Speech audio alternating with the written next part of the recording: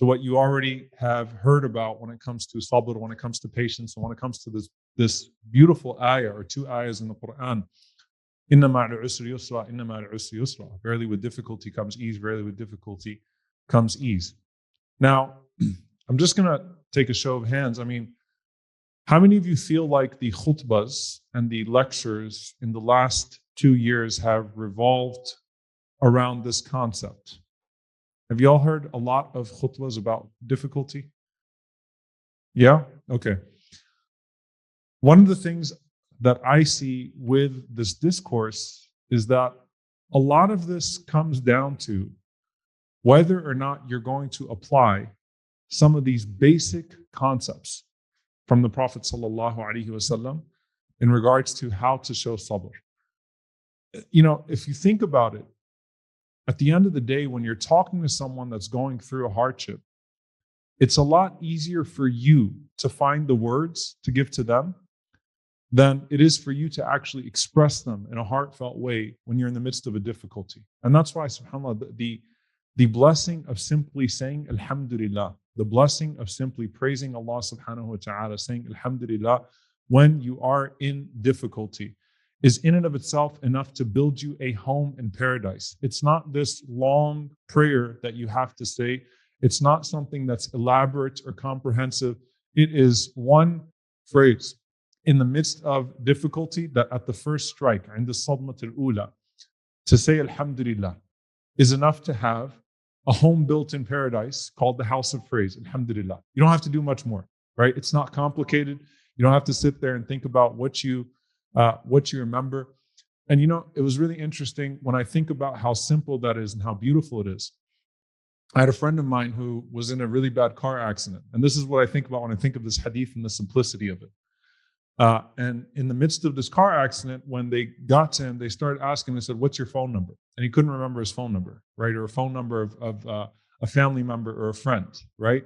When you're in the midst of it, there's a level of shock, right? And he said, the only thing I kept on saying was, Alhamdulillah, Alhamdulillah, Alhamdulillah. So I forgot my phone number. But I didn't forget Alhamdulillah. Because the believer is so accustomed to constant hamd, to constantly saying Alhamdulillah, thanking Allah subhanahu wa ta'ala, that you hope that when the test comes, that will be your natural first instinct. But in order for it to be your natural first instinct, it has to be your regular habit. The same thing as this dream that we all have, that Allah takes us saying what? What do you want to be saying when you die? La ilaha illallah. See, all of y'all said it. You want death to get to you while you are saying La ilaha illallah. May Allah give us all that ability to say La ilaha illallah at the time of death. May Allah make it our last words on our tongue and in our heart. You're not suddenly going to come up with La ilaha illallah if it wasn't a regular dhikr. You know, if you think about the Prophet ﷺ, when he says, keep your tongue moist, keep your mouth moist with La ilaha illallah. Keep your mouth moist with La ilaha illallah. Right? As a form of remembrance. What a blessing from the Prophet ﷺ to teach us something so simple, yet so profound. Because if you are accustomed, if you train your tongue to when you are walking from place to place, walking to class, going somewhere else, you're saying La ilaha illallah, La ilaha illallah, La ilaha illallah, constantly moving your tongue with it, then when that moment comes to you of death, whether it is sudden or if it is at the end of a long, extended trial, La ilaha illallah will be natural for you because you've made it a habit to constantly say La ilaha illallah. So it's very simple things with huge rewards. To say Alhamdulillah at the time of musibah, at the time of tragedy, guarantees you what? A house of praise in paradise. To say La ilaha illallah at the time of death guarantees you entrance into paradise, because the Prophet ﷺ said, whoever dies and La ilaha illallah is their last words, Dakhal al-Jannah, you will enter into paradise. That's why Allah doesn't give it to anybody. It's a special gift that Allah subhanahu wa ta'ala gives to you. What Muslim doesn't know Alhamdulillah and La ilaha illallah? We all know it.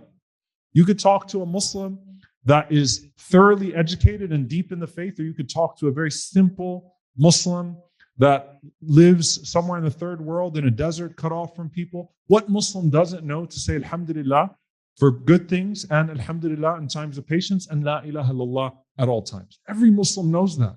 So Allah is not giving us a difficult equation here. It's whether or not you can bring yourself to actually say it in the moment.